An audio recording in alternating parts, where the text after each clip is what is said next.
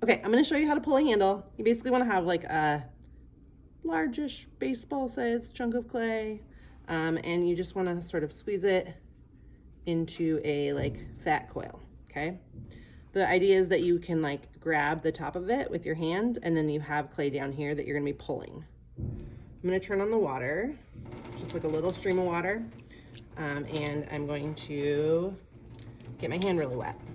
I'm just gonna keep the clay here, holding onto the top.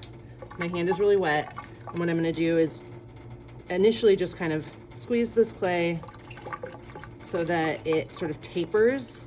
That means that it's gonna be thicker at the top and then thinner at the bottom. And then with my hand still really wet, I'm just squeezing. And what I'm using is kind of this webby part of my hand, and that is kind of going on the side of the clay like this. And then these fingers are like looping around, and you're just pulling, okay?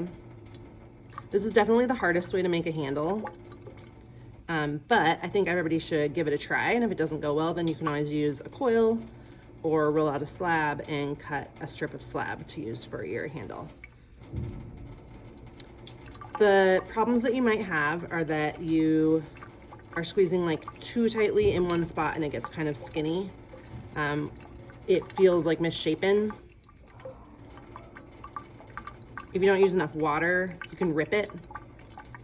Sometimes that happens. So I'm just kind of pulling this and essentially trying to pull that thicker clay down into the bottom, and again, keeping it kind of tapered where it's thinner down at the bottom. As it starts to get to like about the shape or like the size that I want it, then what I'll do is start to use, instead of the web of my hand, a little bit more of like the thumb joint, and that'll make it like a little bit like thinner. So I'm getting it more to like that handle look.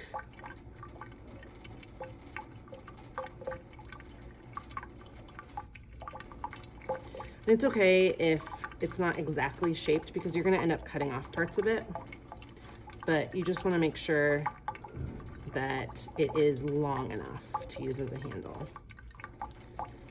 So this looks pretty long. You know, I'd say it's about like the length of my hand would be pretty safe. And then what I would do is I just take it and bend it so that it looks kind of handle shaped. And then I'm gonna end up cutting it. So the last thing I want to show you about your handle is when you cut it. So imagine like this is my mug, and if I'm gonna attach this handle to it, the way that I want to cut it. So you can just cut it flat and that'll be fine, but ideally you want to kind of angle it, like do an angled cut, because you'll have a little bit more surface area to attach it to, and that would be kind of better. So I would take this handle. I always cut more than I need, because if I have to cut off a little bit more later, that's fine, but I can't add any more on. And then I'm going to do kind of an angled cut down here as well.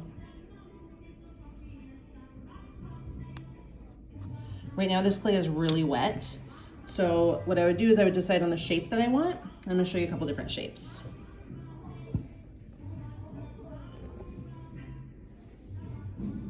So this is kind of like a standard C shape. It sort of makes a C here. It's attached right below the rim of the mug. It actually comes down like not super far, which is fine. You know, I just want it to be able to hold in my hand nicely. So this would be like a C-shaped mug or handle.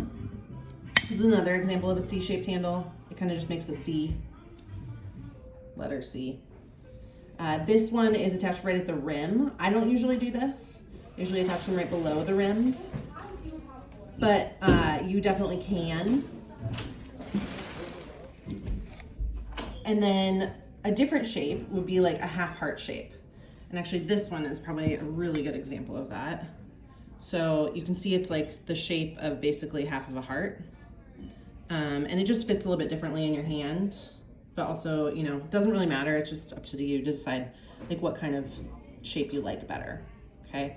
You can put nothing on the top, or like I sometimes will put just, I'll roll up a little sphere of clay and then flatten it with my thumb, and then I'll attach that to the top, and that gives my thumb like a little place to sit. I also like to put like little spheres sometimes on the side, either side of the handle, just as a little decorative aspect. So it's totally up to you kind of how you do your handle. You just want, generally, you want it to be like smooth on the side so it feels nice when you grab it, okay? So this handle that we made is still too wet. So I decided to do more of like a heart shape for the handle. And this is about where I want it to be.